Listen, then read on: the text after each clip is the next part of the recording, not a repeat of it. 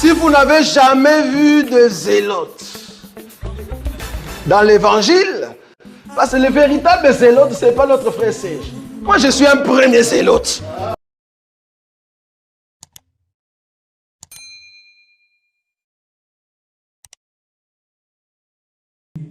Amen. Amen. Amen. Amen.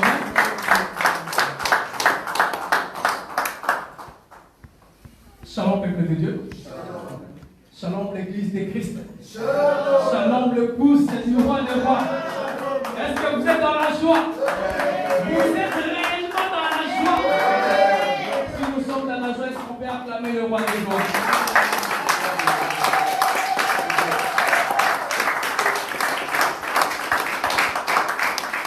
Bien aimé, vous savez, quand Doc a appris l'écriture au début du culte, dans le livre de Psaume 34, le verset 6, je paraphrase rapidement, la Bible déclare que quand on tourne nos regards vers lui, quand on tourne notre regard vers lui, on rayonne de joie. Amen. Donc ça veut dire que quand nous venons en Seigneur bien-aimé, nous devons être joyeux.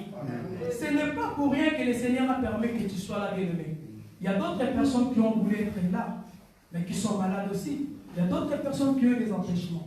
Mais quand le Seigneur te fait grâce de venir en Seigneur, tu dois être dans la joie. Amen. Vous savez, bien-aimé dans le Seigneur, là, je suis en train de labourer la terre.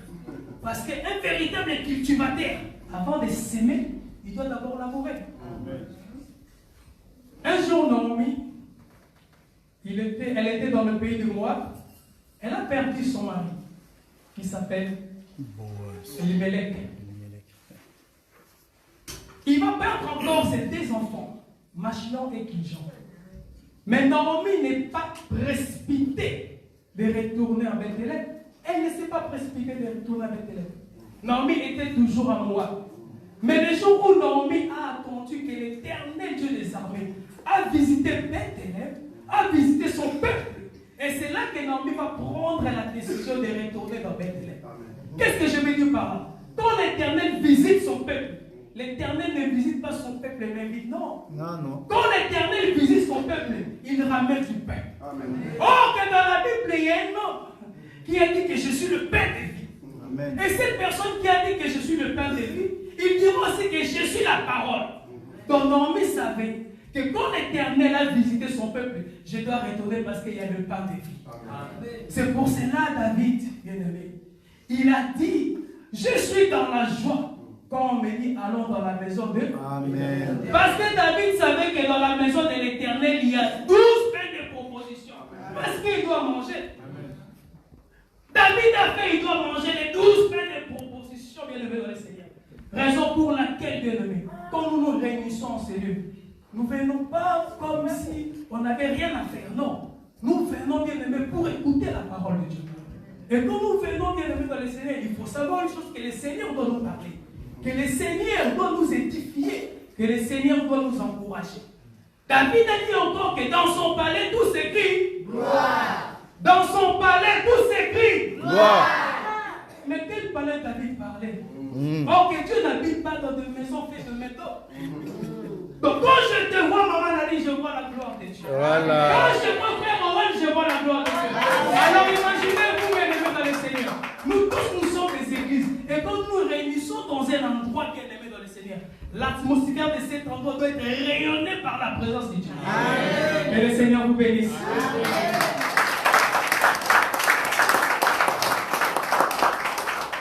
Bienvenue dans le Seigneur. Aujourd'hui, nous allons parler d'un thème qui est un peu complexe en fait pour ces gens qui n'ont pas la grâce de comprendre la révélation de la parole. Mais je bénis l'Éternel parce qu'ici nous avons ce langage-là et nous comprenons bien aimé la révélation de la parole de Dieu. Ça va? Amen. Notre thème d'aujourd'hui c'est une prostituée a conquéri le cœur du roi. Une prostituée a conquéri le cœur du roi. Donc en d'autres termes, le roi est tombé amoureux d'une prostituée. Je me suis posé la question. Comment un roi peut tomber amoureux d'une prostituée qui est dans le Seigneur? Mais le roi, là, en réalité, il était déjà marié. mais il a laissé sa femme pour s'attacher à une prostituée bien-aimée dans le Seigneur. Mais c'est grave. Nous allons prendre d'abord la définition de mot prostitution selon dictionnaire, et nous allons aussi, par la grâce de Dieu, comme nous allons développer petit à petit, vous allez comprendre quelle prostitution que nous parlons et quelle prostituée que nous parlons. Selon la définition que j'en ai plusieurs, mais je vais prendre seulement deux définitions par rapport à la prostitution. La prostitution, c'est le fait de se livrer son corps au plaisir sexuel d'autrui pour de l'argent et d'en faire métier.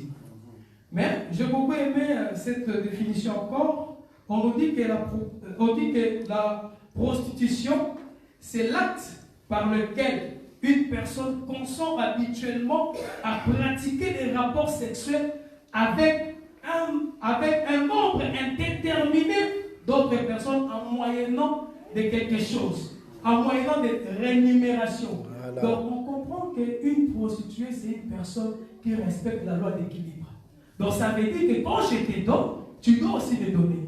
Une prostituée, elle ne se prostitue pas par plaisir. Elle attend quelque chose au retour, bien-aimé dans le Seigneur. Alors, bien-aimé, avant que je puisse développer ce sujet, je sais qu'en fait, il y a beaucoup de mouvements, mais je ne saurais pas en fait tout exploiter aujourd'hui. Aujourd'hui, je vais faire juste l'introduction. Mais je vais d'abord qu'on soit d'accord, moi et vous, bien-aimés. Quand nous parlons de la prostitution, ce n'est pas la manière des hommes. Parce que, apôtre Paul a dit, nous devons tenir un langage dans des choses spirituelles. Et la plupart, bien-aimés, les écritures qui se trouvent dans la Bible, c'est spirituel. Mais Dieu prend le physique pour nous expliquer les spirituels. C'est pour cela qu'on la Bible dit que quand Dieu a commencé à créer, le 7e jour, Dieu s'est reposé. Est-ce que Dieu peut se reposer? Quand Dieu a délivré les enfants d'Israël, il a dit que je vous ai transportés par mes deux ailes. Est-ce que réellement nous avons vu un oiseau qui a transporté les enfants d'Israël? Non, bien oui. Donc, ici nous devons tenir un langage spirituel. Et j'ose croire que le Seigneur nous fera grâce que nous puissions comprendre cela. Amen. Amen. En parlant de la prostitution, bien-aimée dans le Seigneur, nous devons d'abord savoir qu'aucune femme est née prostituée. Aucune femme. Quand je dis femme, il faut comprendre que le mot prostituée, c'est beaucoup plus employé en termes de femme. Mais en réalité, cette femme-là, ce n'est pas une femme physique, non. Cette femme-là que je suis en train de parler, c'est moi et toi. Amen, amen. Amen. Donc, aucune femme est née prostituée, non. Mais on les devient. On les devient comment? Par l'entourage, par l'influence aussi, bien-aimés dans le Seigneur. Parce qu'il y a d'autres personnes, bien-aimés, qui ont fait la prostitution pour aider leur famille. Nous les savons. Il y a d'autres personnes qui ont fait la prostitution, bien-aimés, pour avoir un poste quelque part. Il y a beaucoup de gens qui ont fait la prostitution parce qu'ils étaient influencés. Personne n'est né prostitué. Nous devons retenir ça parce que ça va nous aider. Amen. Amen. Nous allons prendre l'écriture dans le livre de 1 Corinthiens, chapitre 6, le verset 15. Je lis au nom de Jésus. Amen. Ne savez-vous pas que vos corps sont le membre de Christ? Prendrais-je donc le membre de Christ pour en faire les membres d'une prostituée? Loin de là. Ne savez-vous pas que celui qui s'attache à la prostituée est un seul corps avec elle? Car, est-il dit, les deux deviendront une seule chair. Merci mon frère. Que Dieu te bénisse. Ici, la Bible est claire, noir sur blanc. Ne savez-vous pas que vos corps sont des membres de Christ? Prendrais-je donc le membre de Christ pour en faire le membre d'une prostituée? Loin de là. Ne savez-vous pas que c'est lui qui s'attache à la prostitution et un seul corps avec elle? Ici, on voit que quand vous faites une relation avec une personne bien-aimée dans l'intimité, il y a le transfert bien-aimé des esprits. Il y a le transfert des énergies. Donc ça veut dire quoi? Quand une personne s'attache à la prostitution, attacher, ça veut dire aller avec cette prostitution, avec cette prostituée, pardon. Donc vous allez devenir un seul corps. Selon la Bible, Ça, c'est noir sur blanc. Alors, bien aimé dans les Seigneurs, laisse-moi te dire que la première personne qui s'est prostituée, c'est Adam. Quand je dis Adam, ne voyez pas Adam physique, non. Parce que Dieu nous a fait grâce à travers Dr. Roger par rapport à l'enseignement, l'homme et la femme. Adam, c'est une femme par rapport à la position devant l'Éternel. L'Éternel qui est l'autorité, Adam qui est la soumission. Donc Adam, bien aimé dans les Seigneurs, c'est la femme de l'Éternel. Comment Adam s'est prostitué? Dans la révélation, bien sûr. Je vous ai dit que nous devons tenir un langage spirituel dans les choses de Dieu. Dans la révélation. Comment Adam s'est prostitué? Nous allons prendre une écriture. Aujourd'hui, je vais juste planter les décors. Et quand le Seigneur me fera grâce, je vais revenir et nous allons développer parce qu'il faut que j'aille aussi voir mon jardin fermé. Amen. Amen. Genèse chapitre 2, le verset 15. Jusqu'au 18. L'Éternel prit l'homme et le plaça dans le jardin d'Éden pour le cultiver et pour le garder. L'Éternel Dieu donna cet ordre à l'homme.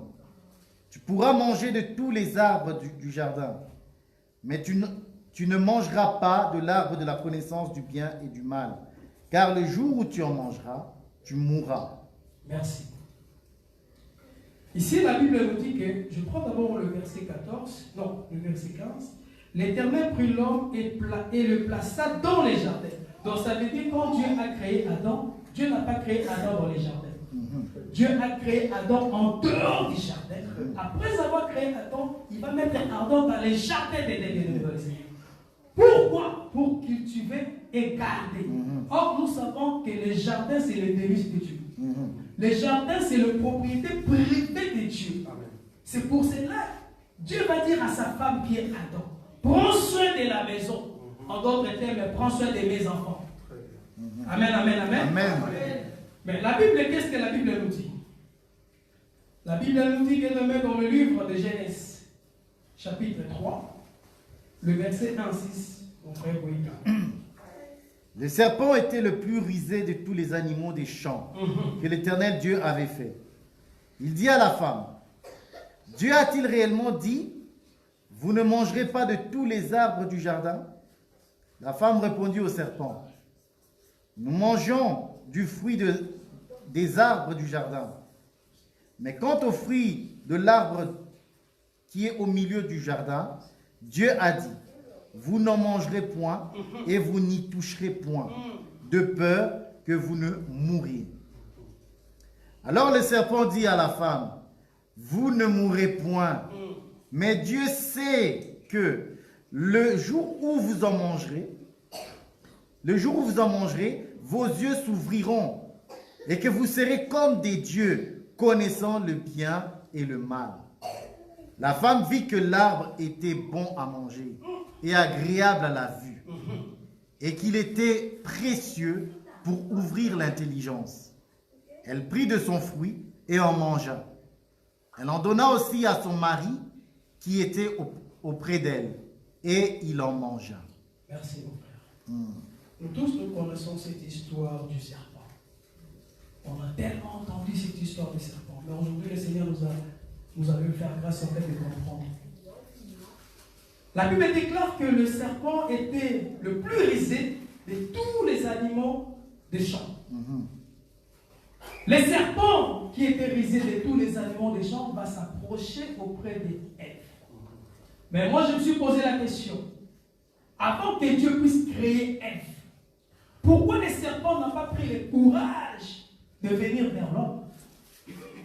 Pourquoi le serpent n'a pas pris ce courage de venir vers l'homme pour séduire l'homme? Mais le serpent a attendu un moment pour séduire l'homme à travers sa femme. Le serpent, il est malin. C'est pour cela qu'on dit que le serpent, il est rusé. Donc le serpent a attendu, il a pris son temps d'attendre. Le jour où Ève apparaît, c'est dans ce moment-là que moi j'ai été pour séduire son mari. Parce qu'en réalité, tu ne peux pas séduire un homme fort parce qu'il est éveillé. Adam était éveillé. Le serpent ne pouvait pas séduire Adam. ne pouvait pas en fait ramener Adam dans son cas. Non, c'est impossible de l'élever dans les Seigneurs. Mais écoutez, il y a une chose qui est très importante. Et mon frère Ali, je veux le prendre rapidement.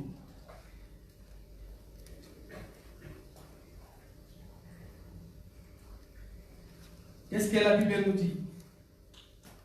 Mais quant au fruit de l'arbre qui est au milieu du jardin, Dieu a dit, vous n'en mangerez point et vous n'y toucherez point.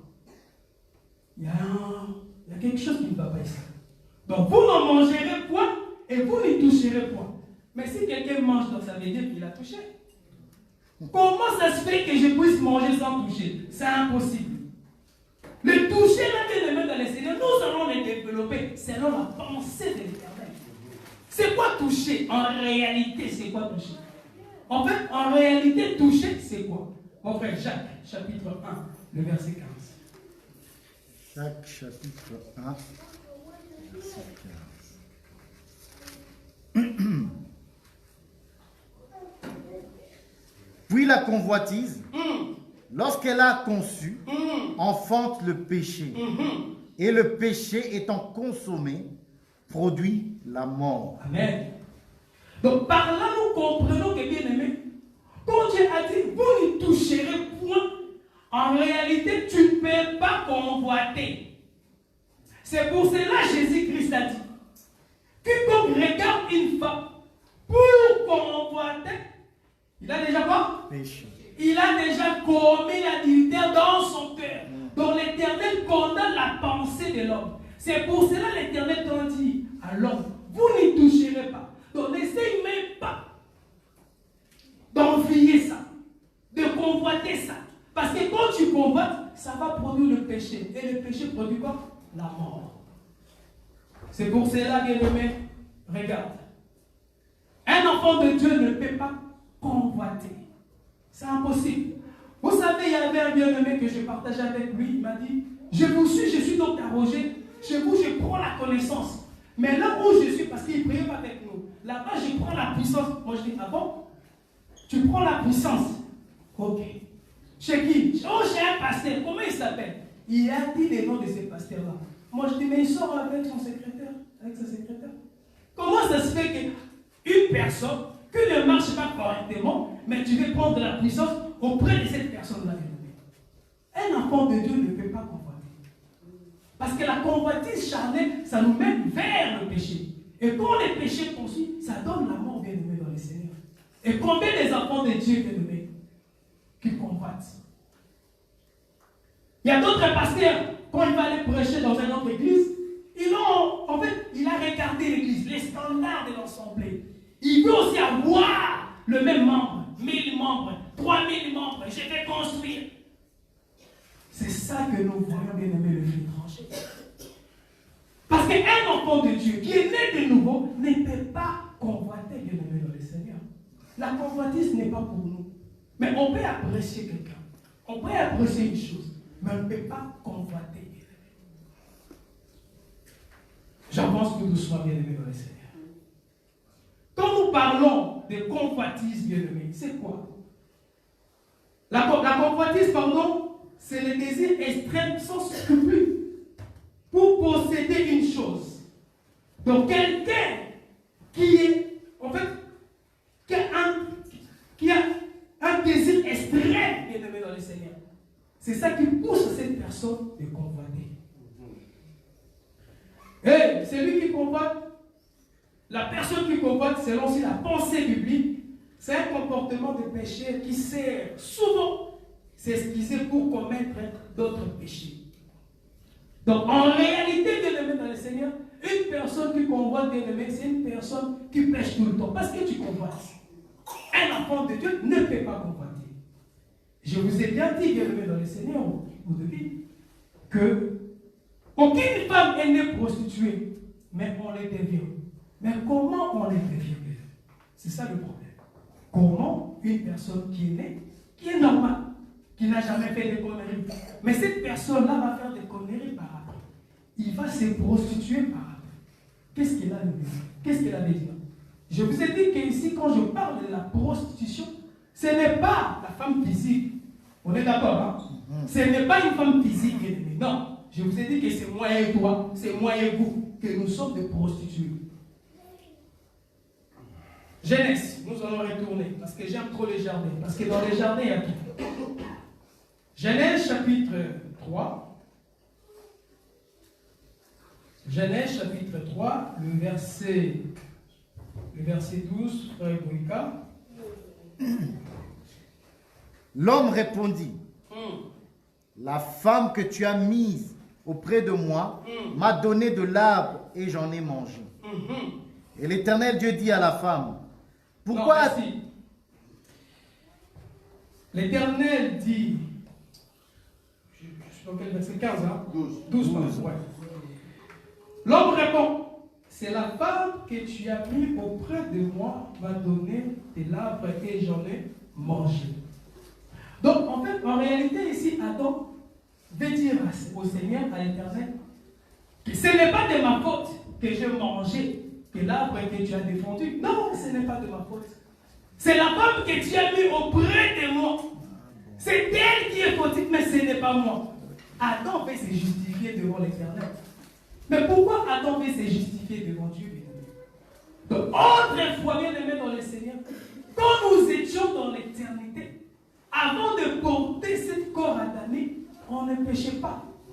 Là, je vois la naissance d'en haut et la naissance d'en bas. Donc, Adam veut dire que quand j'étais seul, quand j'étais à l'éternité, je n'ai jamais péché. Mais le fait que tu m'as donné ce corps, ce n'est pas de moi. Parce que, regarde. Oh, ça. Le Seigneur est merveilleux. L'homme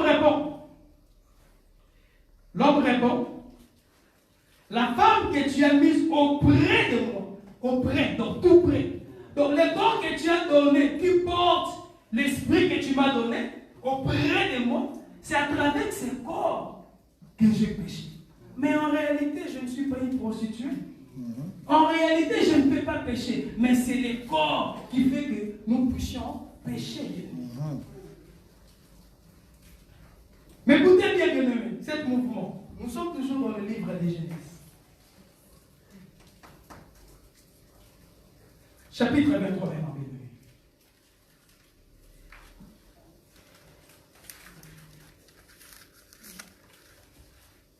Genèse chapitre 3, les versets 23. Chapitre 3, 23. Non, Genèse 3, 23. Genèse 3, au verset 23. Et l'Éternel Dieu le chassa du jardin d'Éden, pour qu'il cultivât la terre d'où il avait été pris. Amen. Quand l'homme a mangé l'arbre qui était défendu par l'Éternel, l'Éternel n'était pas content. Il va chasser l'homme Adam et sa femme. Donc en réalité, il va le mettre en dehors du jardin. Mais pourtant, Adam était dans le jardin, c'était pour cultiver, garder. Mais Adam n'a pas respecté la loi de Dieu. Raison pour laquelle Dieu va le chasser loin du jardin d'Éden. En fait, le mouvement que Dieu fait de chasser Adam, Adam qui est sa femme, comprenez-moi, ça veut dire quoi? Dans la révélation, Dieu va répudier Adam. Parce que tu es une femme infidèle. Tu n'as pas été soumise. Tu ne m'as pas écouté. Tu ne m'as pas obéi. Ça sert à quoi de rester dans le jardin? Je vous ai dit que le jardin de Dieu n'est rien d'autre que le délice de l'Éternel. Le propriété privée de Dieu. Mais tu as désobéi à Adam. Tu as préféré écouter la voix de ta femme au lieu de m'écouter moi, l'Éternel des armées. Je te chasse. Donc nous comprenons bien aimé dans le Seigneur, Adam qui est la femme de l'Éternel, l'Éternel va répudier parce qu'Adam a commis l'adultère, bien aimé. Mais regardez encore, bien aimé, nous sommes toujours dans le livre de Genèse. Comprends maintenant, nous sommes toujours dans le livre de Genèse, chapitre 3. On va monter un peu, juste un tout petit peu, au verset 22. L'Éternel Dieu dit, voici l'homme est devenu comme l'un de nous, pour la connaissance du bien et du mal. Empêchons-le maintenant d'avancer sa main, de prendre de l'arbre de vie, d'en manger et de vivre éternellement. Amen. Quand l'Éternel a chassé Adam dans les jardins d'Éden, l'Éternel dira, empêchons-les de ne pas mettre quoi? Sa main. Hein? Empêchons-le de ne pas. Empêchons-le maintenant d'avancer sa main et de prendre l'arbre de vie et d'en manger. Mais comment Dieu, qui est miséricordieux, Dieu n'a pas voulu qu'Adam puisse prendre l'arbre de vie et d'en manger, sinon il va vivre éternellement. Mais le même arbre que Adam mangeait de l'autre côté, ça produit la mort. Mais pourquoi Dieu a refusé qu'Adam puisse manger l'arbre de connaissance ou l'arbre de vie? Parce qu'Adam était infidèle envers Dieu. Or que cet arbre-là, bien aimé dans le Seigneur, de connaissance, de l'arbre de vie éternelle, bien aimé dans le Seigneur, est réservé pour une femme. Pour une femme qui doit être fidèle. Adam ne touche pas. Parce que cet arbre-là, c'est l'arbre de vie éternelle. La personne qui va toucher, qui va manger le fruit de cet arbre, il vivra éternellement. Amen. J'aime ça. Amen. Cette personne bien aimée dans le Seigneur, qui va manger, bien aimé, le fruit de cet arbre, il vivra éternellement. Voilà. Mais Dieu a dit, empêchons-les. Pourquoi Dieu a empêché Adam de ne pas toucher? Dieu avait dit dans le livre de Genèse, chapitre 2, le verset 17. Adam, le jour où tu en mangeras le fruit de cet arbre, tu mourras. Donc, dans la révélation, Adam était déjà mort. Une personne morte ne peut pas manger l'arbre de vie et vivre éternellement. Non, tu es déjà mort. L'arbre de vie, bien aimé dans le Seigneur, est réservé pour une femme qui est fidèle. Une femme qui va respecter sa parole.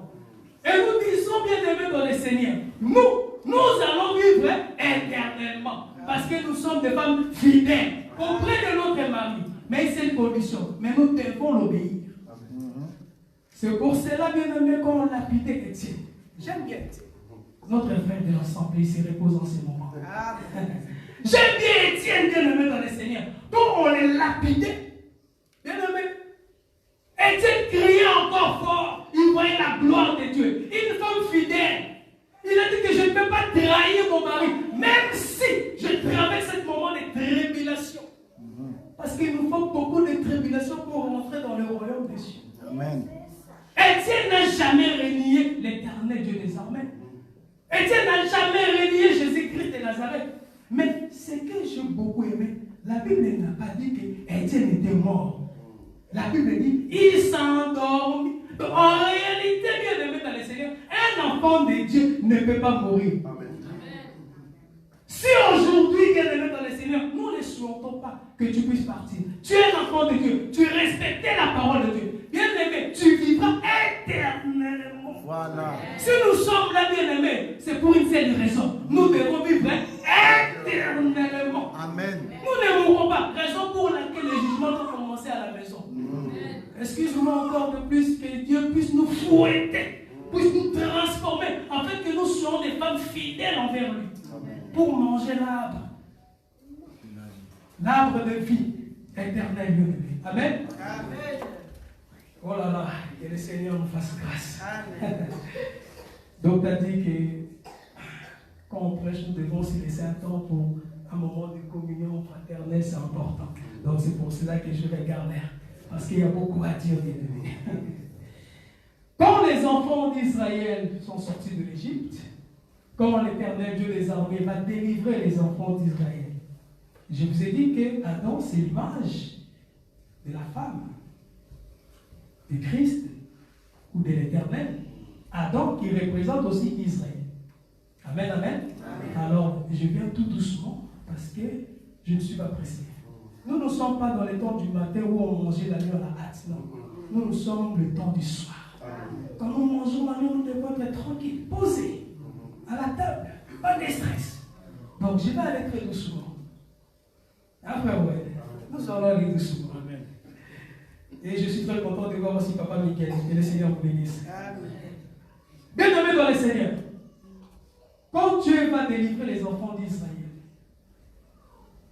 pendant leur marche, ils vont arriver dans le désert de Sinaï, pendant 3 mois, dans le désert de Sinaï. Qu'est-ce que Dieu va dire dans le désert de Sinaï, bien-aimé? On regarde Exode. Nous parlons de la prostitution. Exode. Exode chapitre 19.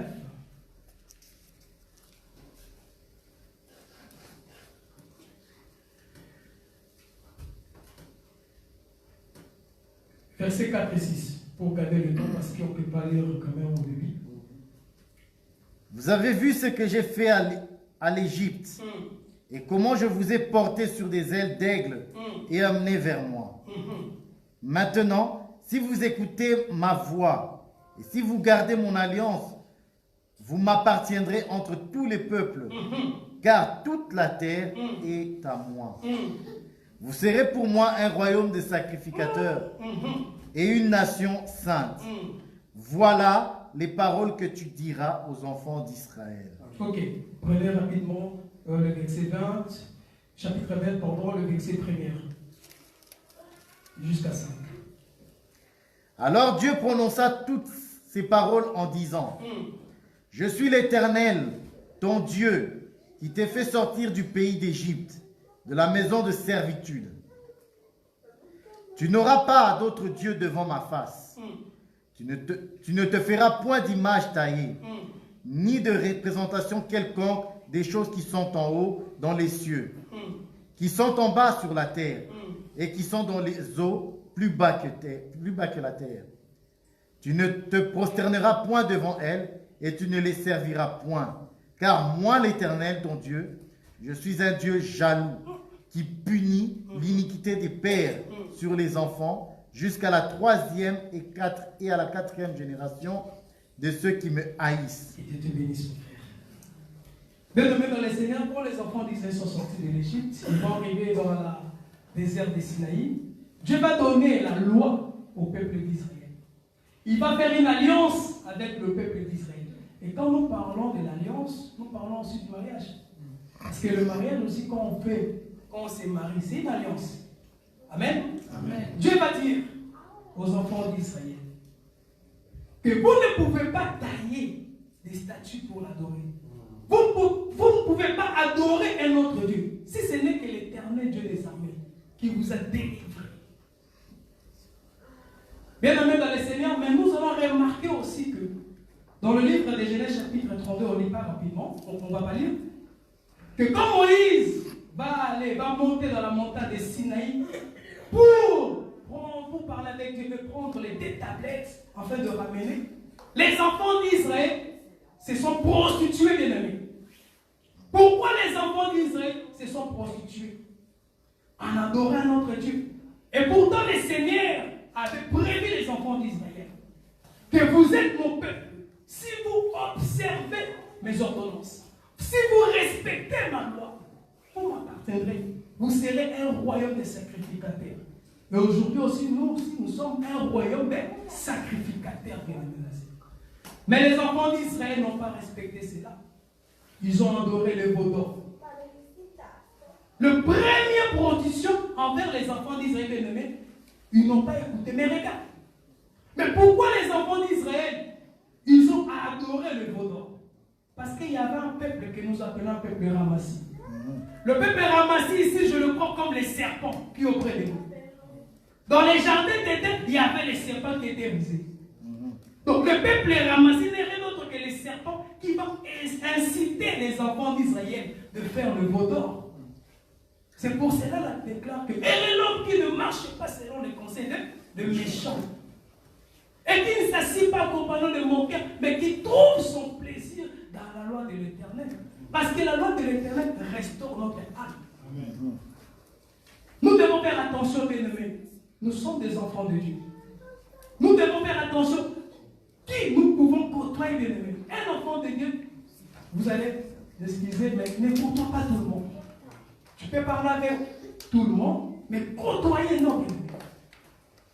Le peuple est ramassé, bien-aimés. Au jour d'aujourd'hui, ils sont encore là parmi nous, qui vont nous inciter d'adorer des dieux d'étrangers, qui incité de faire des choses que l'Éternel Dieu des armées, il nous a prévenu de ne pas le faire. Le peuple est ramassé. Nous devons faire attention, bien-aimés dans les Seigneurs. Après la mort de Moïse, Dieu va mettre Josué à la tête d'Israël pour diriger ce peuple. Il va dire, Josué, lève-toi et passe ces Jourdain. Il y a un pourquoi Josué devait conduire les enfants d'Israël, mais je cache ça pour aujourd'hui. Je suis à l'introduction, c'est bon. Ne soyez pas pressés. Nous ne mangeons pas la nuit à la hâte. Josué, bien-aimé dans les Seigneurs, il va prendre la place de Moïse pour ramener les enfants d'Israël en Canaan. Mais écoutez ce que Josué a dit et ça m'a surpris encore. Parce que comprenez que Canaan c'était d'abord la première ville. Pour rentrer à Canaan, tu dois d'abord passer par Jéricho.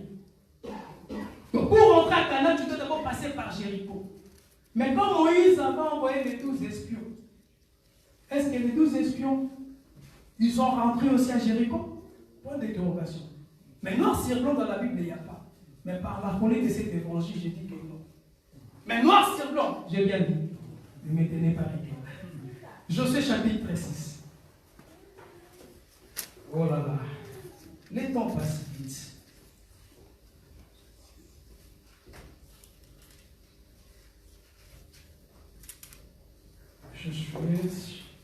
Premier verset, mon frère. Jéricho était fermé et barricadé devant les enfants d'Israël. Amen. Personne. On va sauter. On regarde là. Prenez 8. Le verset 8. Lorsque Josué eut parlé au peuple, les 7 sacrificateurs qui portaient devant l'Éternel les 7 trompettes retentissant se mirent en marche. Attends, pardon. Prenez Josué 8, verset 12 à 13. Je pense que c'est ça. Josué 8. Non, attends. Josué chapitre 2. Hein. On est à 2, non? On est à 6. On est à 6. Non, Josué chapitre 2. Ouais. Chapitre 2, le premier verset jusqu'au deuxième verset. Josué, fils de Nun, fit partir secrètement de Sittim 2 espions en leur disant, allez, examinez le pays, et en particulier Jéricho.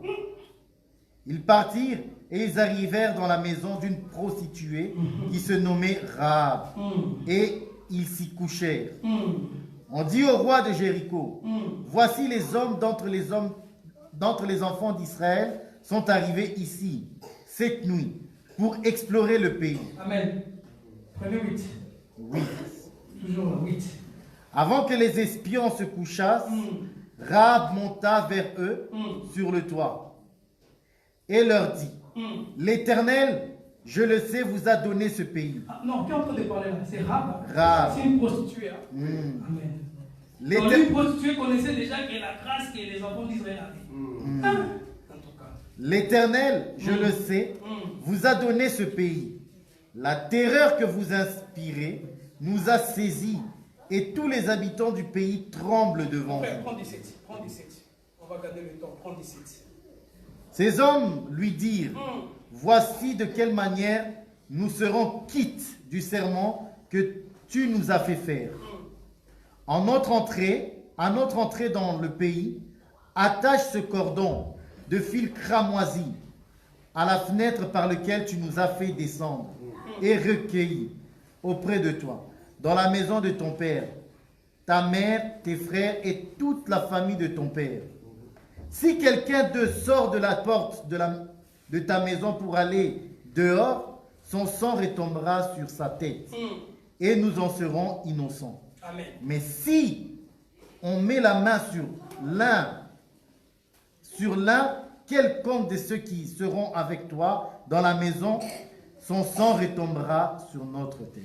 Qu'il te bénisse. Bien-aimés dans le Seigneur, quand Josué va prendre la place de Moïse pour ramener les enfants d'Israël à Canaan, Josué devait d'abord posséder Jéricho. Parce que Jéricho, géographiquement parlant, c'est la première ville pour rentrer à Canaan. Mais la Bible nous dit quoi? Que Jéricho était barricadé, était scellé. Tu ne peux pas rentrer. Personne ne pouvait rentrer, personne ne pouvait sortir. Mais pourquoi Josué va dire aux deux espions, quand vous allez explorer particulièrement Jéricho, or que Jéricho, il y avait quelque chose de spécial. C'est pour cela que ça a été barricadé, bien aimé. Que personne ne pouvait rentrer, personne ne pouvait sortir, bien aimé, dans le Seigneur. Mais tandis que quand Moïse a envoyé les enfants d'Israël pour explorer le pays des Canaan, ils étaient 12 espions. Mais Josué, il a utilisé seulement 2 espions. Donc nous comprenons que les 12 espions, là je suis dans la révélation, ils étaient incapables de ramener les vraies informations. Pour ramener les vraies informations, bien aimé dans le Seigneur, il faut trouver Rahab la prostituée. C'est lui qui va vous donner les vraies informations. Comment nous tremblons devant le peuple d'Israël? Parce que nous avons attendu comment Dieu fait des grandes choses dans vos vies. Oh bien-aimé dans le Seigneur, je vais d'abord fortifier une personne. Je vais exhorter une personne. Jéricho qui était barricadé. En d'autres termes, Jéricho, c'est une prison.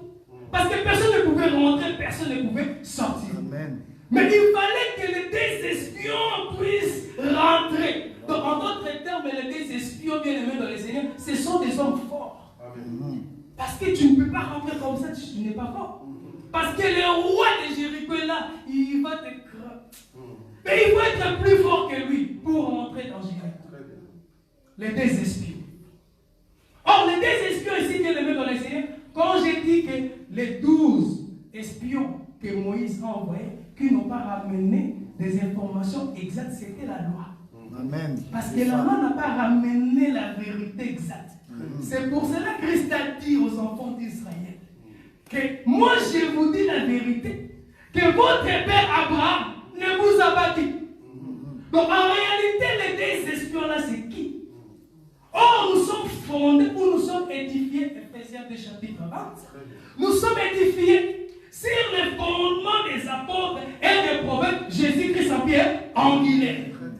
Et dans le livre de Jean chapitre 5 verset 39, il y a un homme qui a dit, vous sondez les Écritures, pensant en elle avoir la vie, mais c'est elle qui rend témoignage de Dieu. Donc en réalité, bien-aimé dans le Seigneur, l'homme fort qui devait espionner, bien-aimé, ou explorer Jéricho, n'est rien d'autre que notre Seigneur Jésus-Christ.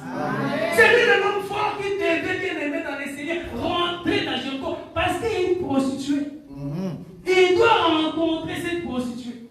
Et laisse-moi te dire, bien-aimé dans le Seigneur, dans Jéricho, il y avait plusieurs prostituées. Mais le Seigneur a choisi seulement Rahab. Parce qu'il avait à Rahab la disposition de son cœur. Raison pour laquelle, bien-aimé dans le Seigneur, Rahab a été sauvé. Mais revenons un peu, bien-aimé, parce que Jéricho a été barricadé. C'est une prison, bien-aimé. J'aimerais fortifier une personne ce matin. Mon âme est triste et j'en pleure. Quand le Seigneur m'a fait grâce, quand j'ai commencé à méditer sur ces terres, à un moment donné, j'avais la tristesse. Mon âme est triste et je ne suis pas heureux. Beaucoup des enfants de Dieu bien-aimés dans le Seigneur, ils sont en prison, bien-aimés. Mais vous ne savez pas que vous êtes en prison. Quelqu'un qui t'a fait du mal. Tu n'arrives pas à pardonner cette personne. Tu es en prison, bien-aimé dans le Seigneur. Quelqu'un que tu as fait le business avec, il t'a roulé, ou en fait, il t'a pas donné l'argent comme il faut. Il t'a menti, bien-aimé. Mais au jour d'aujourd'hui, tu gardes toujours la colère avec cette personne. Une personne qui t'a promis le mariage, mais il n'a pas réalisé cela. Tu as été blessé, je sais, mais ne garde pas cette rancune. Parce que c'est une prison que l'ennemi fait que tu puisses rester. Or, la Bible nous dit chercher la paix et la sanctification, sans laquelle personne ne verra Dieu. Bien-aimé, je ne sais pas dans quelle prison tu te retrouves en ce moment. Parce que tu as perdu une personne. Tu es triste, bien-aimé. Pendant des années, c'est une prison que l'ennemi fait te retenir là, bien-aimé. Tu dois sortir de cette prison. Quelqu'un qui t'a mal parlé, quelqu'un qui t'a humilié parce qu'à l'époque tu n'avais pas de papier, parce qu'à l'époque tu n'avais pas d'enfant, parce qu'à l'époque tu n'avais pas de travail. Ne garde pas c'est tranquille. Non, bien-aimés dans le Seigneur. Nous devons pardonner réellement. Pardonner, ça ne veut pas dire que je vais devenir comme nous étions avant. Non, je te pardonne. Tu m'as fait du mal, je te pardonne, mais je me vois. Je me préserve. Nous devons nous préserver, bien-aimés dans le Seigneur. Je ne sais pas dans quelle prison que tu es ce matin. Peut-être que tu es malade. Les docteurs t'ont dit que toi, la maladie que tu as, tu mourras. Et cette pensée gravée dans ta tête, tu dis que wow, cette maladie va me mener à la mort. C'est une prison. Mais aujourd'hui, bien-aimé dans le Seigneur, si tu acceptes les désespions, bien-aimé dans le Seigneur, dis-toi que tu ne mourras pas. Tu vas sortir de cette prison-là au nom de Jésus. Cette prison qui te dérange. Parce que quelqu'un qui t'a fait du mal, quelqu'un qui t'a promis quelque chose n'a pas réalisé, quelqu'un qui t'a trahi, un proche qui t'a trahi, ça te fait mal, oui je sais, mais ne garde pas cette tranquille, bien-aimé. Tu dois pardonner, bien-aimé. La Bible déclare que le pardon c'est une force qui libère. Tu dois être libéré, bien-aimé. Mais écoutez avant de terminer. Quand les deux espions sont rentrés dans la maison des Rahab, Rahab a caché les espions où? Dans les toits. Sur les toits, bien-aimé. Or, sur les toits, nous voyons que cette maison avait 3 compartiments. Donc, en réalité, bien-aimé dans le Seigneur, les toits en question représentent l'esprit. Donc, en d'autres termes, Rahab, qui a gardé l'espion dans le toit, ça veut dire que son esprit, bien-aimé dans le Seigneur, son esprit était disposé de recevoir la parole de Dieu. Parce que les deux espions ont venu pour annoncer la parole de Dieu. Je vous ai dit que le véritable espion, c'est notre Seigneur Jésus-Christ. Mais il y avait une condition. La condition, c'était quoi? Parce que je vous ai dit qu'une prostituée, elle aime bien la loi d'équilibre. Donnant, donnant. Je te donne, tu me donnes. Si tu ne me donnes pas, je ne te donne rien. Même notre Dieu que nous servons. Faites-moi d'abord tes DX, je te donnerai ce que ton cœur désire. Ah, la loi de l'équilibre. Et cette femme connaissait cela. Regarde bien le dans le Seigneur. Mon frère, tu reprends le même verset là. Là où ils ont fait le serment. Jéricho 2, verset 17. Josué. Josué.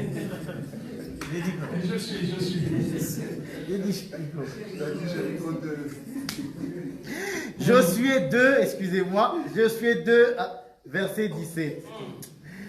Ces hommes lui dirent, voici de quelle manière nous serons quittes du serment que tu nous as fait faire.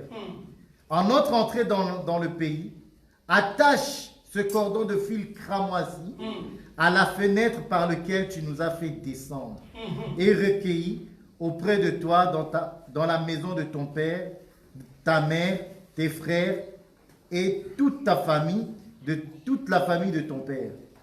Si quelqu'un d'eux sort de la porte de la maison pour aller dehors, son sang retombera sur sa tête et nous en serons innocents. Amen, mon frère.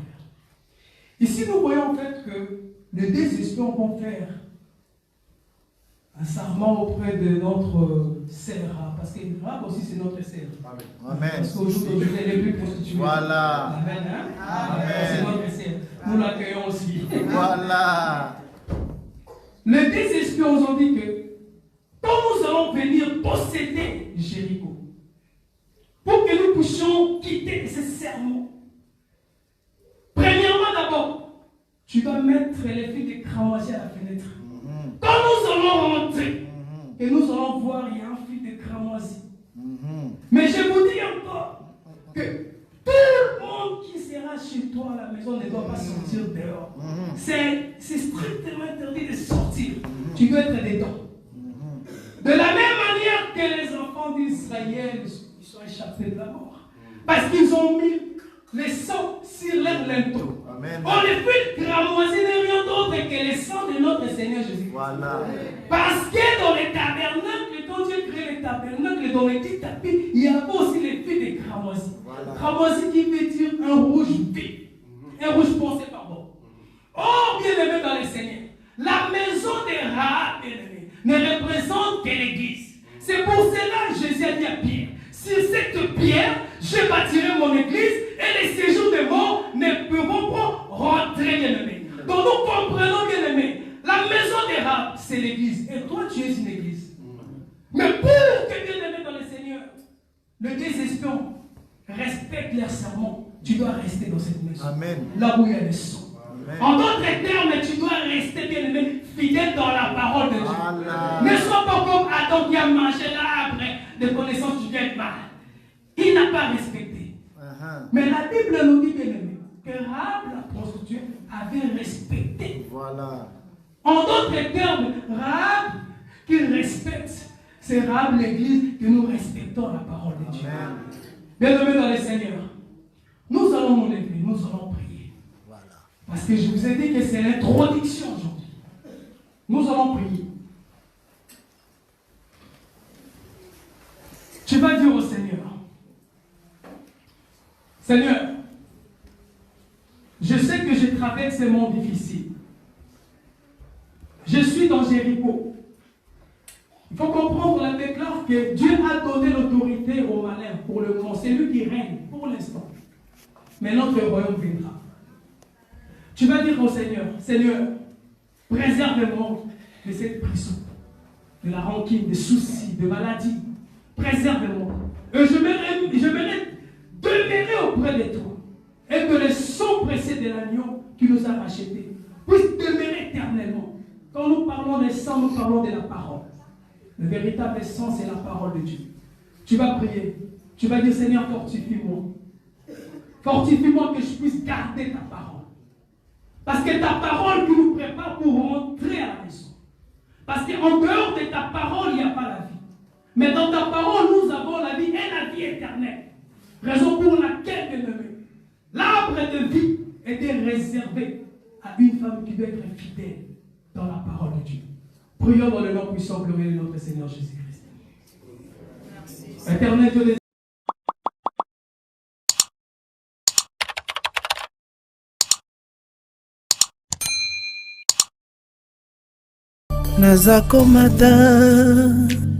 nazakomata ngai nazakomata ngai nga nazakomata